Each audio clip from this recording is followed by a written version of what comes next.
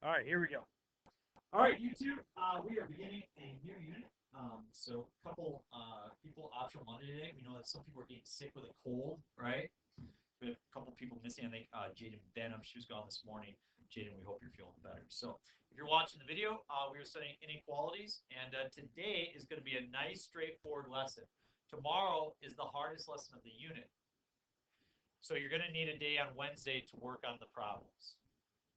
And I want to caution you that when I say that, I don't give you the work day because I'm just trying to be a nice teacher. I've kind of gotten past that. I hope you think I'm nice. If you don't, well, I guess we just need to move on, huh? On Wednesday, I'm giving you that time because I don't believe you can truly understand what we do tomorrow unless you have time in class on Wednesday. So it's challenging. You guys can totally work through it, and I'll be here to help you, but it's a tougher lesson. So here we go. We start with linear inequalities. We're going to solve this inequality. We're going to graph it and then write the solution set in interval notation. I add the 7 and I get negative 2x is less than 16. What do I do when I divide by negative 2? Yeah, if you multiply or divide both sides by a negative, flip the sign. And you maybe always wondered, why did you flip the sign? Well, it's very simple.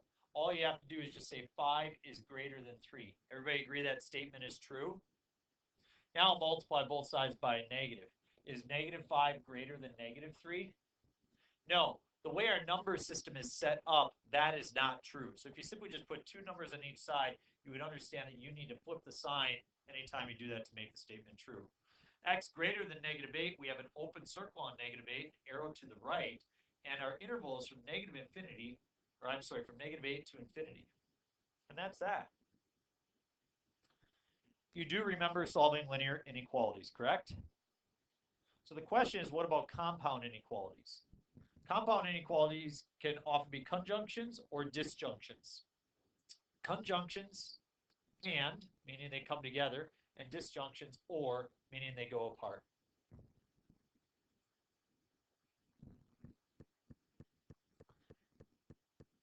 This is saying 3x minus 7 is greater than negative 9, and 3x minus 7 is less or equal to 11. So I set both of those up. Negative 9 is less than 3x minus 7, and 3x minus 7 is less than or equal to 11.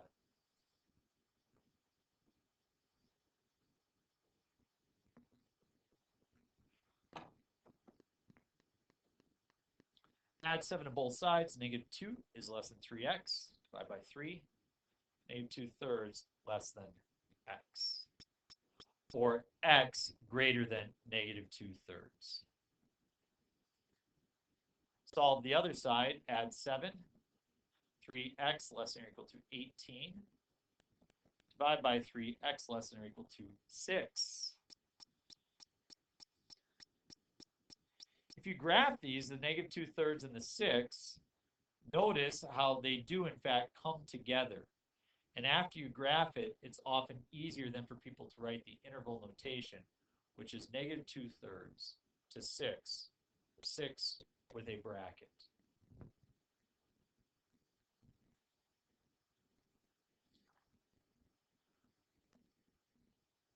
Good review? Okay, next one, disjunction. We have an or. I divide both sides by negative 4. I have x is greater than negative 2. Or, for the next one, I add 3 to both sides. And I get x is less than negative 5. So x greater than negative 2 or x less than negative 5. Again, I think it's always a great idea to plot these and be able to understand what the solution set looks like. We are all more visual people, generally speaking. So you can see this is a disjunction. They go apart. My solution set is from negative infinity to negative 5. Union with negative 2 to infinity. Hopefully you remember from our very first day of this class, we talked about when we have multiple sets, we use that union symbol. Do you have any questions? Going once, twice, thrice. Okay, then what about our absolute value inequalities?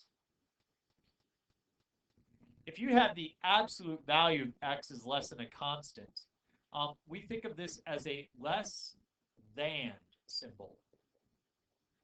meaning it will be a conjunction. They will come together. And you actually set up two inequalities. The first one is x is less than c. The second one is x is greater than negative c. Did Miss Hanson or somebody teach you about less than? What did she say about this symbol?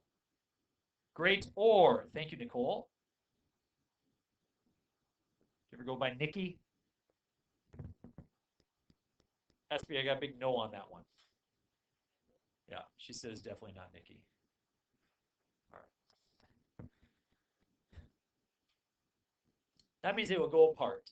And at this point, we need to start thinking logically, because it only works if you have positive numbers on this side. Suppose we have the absolute value of something is greater than a negative. I need you to think about what you're saying there for a second, folks. The absolute value of something is greater than a negative. Absolute value of x is greater than negative 5. Oh no, Caitlin, give me a number. 7. Is the absolute value of 7 greater than negative 5? Yes. Give me a number, Hannah. 2. Absolute value of 2 is 2. Is that greater than negative 5? Yes. Alex. 1. Absolute value of 1 is 1, greater than negative 5. How about negative 25? What are you noticing? Why?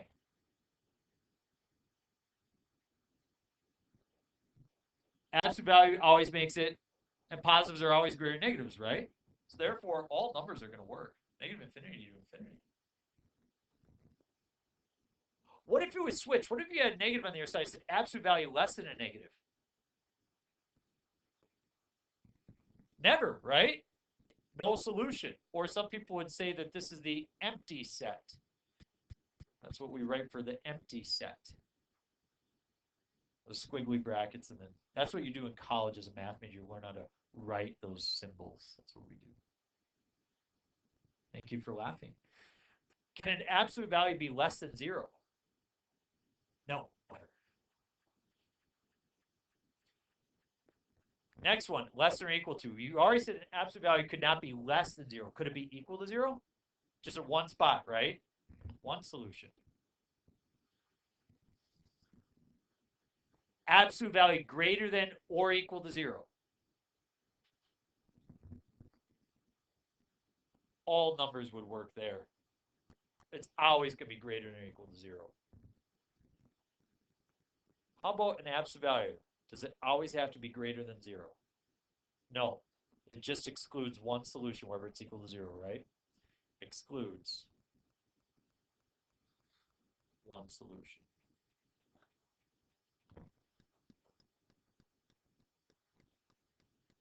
So let us try A together. The absolute value of 2x minus 3 minus 9 is greater than 21. Where do you start? Add the 9. Absolute value of 2x minus 3 is greater than 30. Who knows right now, is this going to be a less than or a great or? This is a great or, so it should be a disjunction going apart from each other. I set up two inequalities. 2x minus 3 is greater than 30. What's my next inequality? Negative 30. Now we got it set up. We solve. Add 3. 2x greater than 33. X greater than 16.5.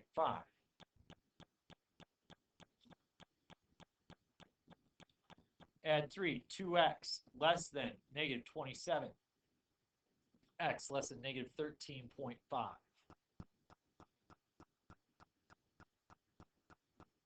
So I plot these, negative 13.5. Arrow that way. 16.5. Arrow that way. So the solution set is negative infinity to negative 13.5 union 16.5 to infinity.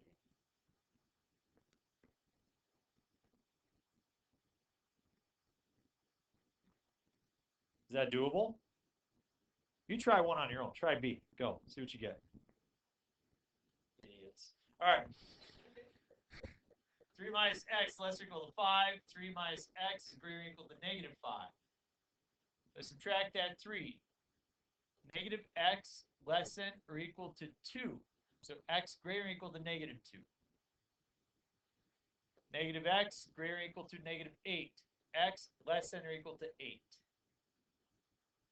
Negative 2, 8, close circle, up and over, negative 2 to 8. Did you get it? Then you tell me why. Why is it that when we get to the test, that's like the number one problem that people get wrong on the test?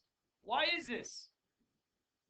Sometimes they don't know what 5 minus 3 is.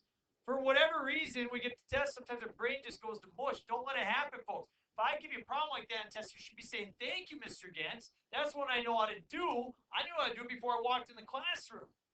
We got to get those ones right.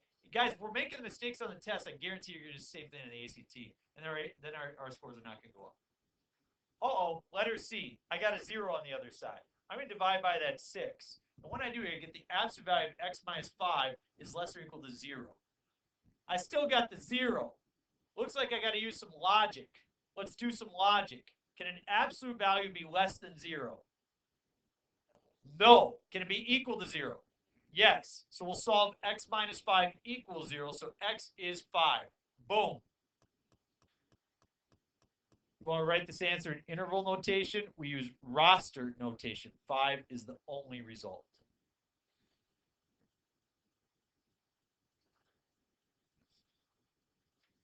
Next one, we subtract the 18. We get the absolute value of 2x minus 3 is greater than negative 13. Uh-oh. Light bulb goes off. I've got a negative number. All real numbers. Negative infinity, positive infinity. I don't even need to do anything more. What do you think? All right, last set. Flip it over. Nonlinear inequalities. Today we're going to look at some quadratics. Got 2 ways of solving these quadratic inequalities. Number 1, you do a number line test. Or number 2, you make a graph. I'm going to show you the mistakes that people make when they solve it. And by the way, these mistakes, they continue on and on and on and on. You don't stop with it. So I'm going to harp on this for the next 2 months. I'm not kidding. X squared plus 2x greater than 15. What does it even mean? Give me a number, Carson. What do you got? 6. 6 squared is 36 plus 12 is 48. Is 48 greater than 15? Yeah. So 6 works. Give me a number, Nicole. 3 squared is 9 plus 6 is 15. Is 15 greater than 15? No. So 3 doesn't work. Looks like some numbers work, some numbers don't. How do we figure out the sets of numbers that do and the sets of numbers that don't? Well, the first thing we do is we subtract the 15 over. Anybody want to guess what we do next? You're right, we do factor. Here's then what people do that's entirely wrong. Soak this in so you don't do it. X plus 5 greater than 0, x minus 3 greater than 0. Rono. Doesn't work. Don't do it. That only works if there's an equal sign. When you got an inequality, we need to test the numbers. So I know the numbers that give me 0. They would be negative 5 and positive 3. I'm going to see what other numbers give me. Hannah, give me a number to the left of negative 5. Negative 8. So watch. I'm going to plug in negative 8. And instead of plugging in negative 8 up here, I'm just going to plug it in right here. Watch how easy this is. Negative 8 plus 5. That's a negative, right? Negative 8 minus 3. That's a negative. A negative times a negative is a positive. So all the numbers to the left of negative 5 are going to give you a positive result. Emma, give me a number between negative 5 and 3. 2. 2 plus 5, positive. 2 minus 3, negative. Positive times a negative, negative. Looks like any number you choose between negative 5 and 3 is going to give you a negative result. Zoe, give me a number greater than 3. 4 plus 5 is positive. 4 minus 3 is positive. Positive times positive? Positive. So we're ready to answer the question. Are we wondering where this guy is positive, or are we wondering where it's negative? Why? It says, where is it greater than 0? So we're wondering where it's positive. Where is it positive? It's positive there, and it's positive there. From negative infinity to negative 5, union with 3 to infinity.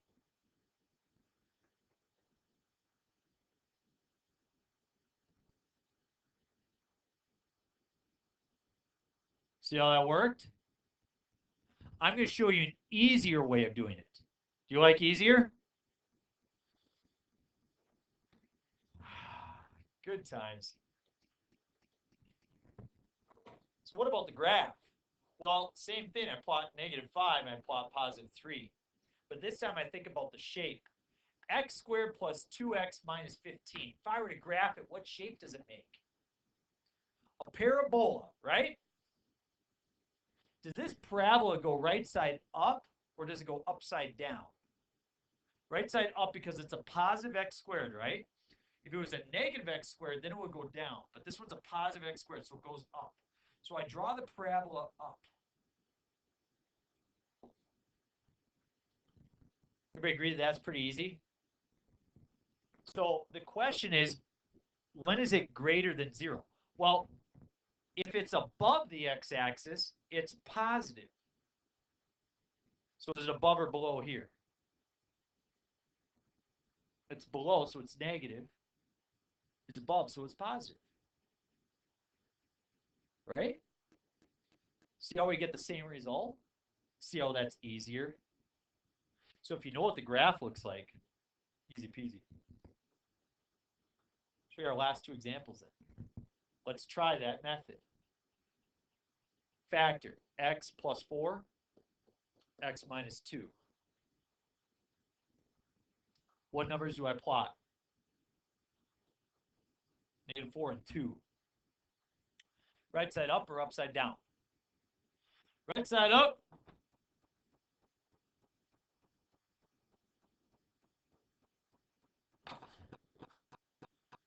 It's above, below, above. If I wonder where it's positive or negative. Why? Because it says it's less than 0.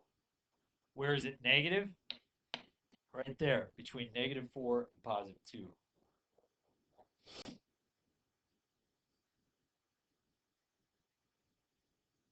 Easy, right? But different. So it's about where is it filed in your brain. What makes the next one more difficult? So get rid of the negative. How can we get rid of a negative? Divide by a negative or multiply through by a negative 1. So we get 2x squared minus 7x plus 5 is greater than or equal to 0. Gotta switch the sign if I do that, right, Nicole? Yeah, she saw that. She was prepared for that. She's a super smart person. Here we go. I got 2x and I've got x. How is the rest of this factor? Close. Minus 5, minus 1. Everybody agree with that? So what are the numbers that I plot?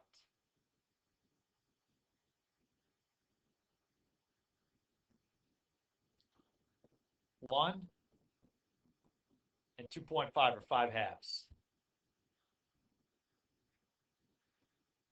Now, I don't look at the original. I look at the one that I factored. Is this right side up or upside down? It's right side up. So you can always make it so it's right side up if you want, folks.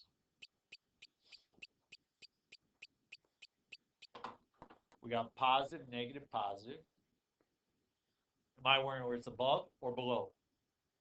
Above, due to the greater than or equal to 0 sign. Excellent. Negative infinity to 1. Bracket, union. 5 halves, infinity. Boom.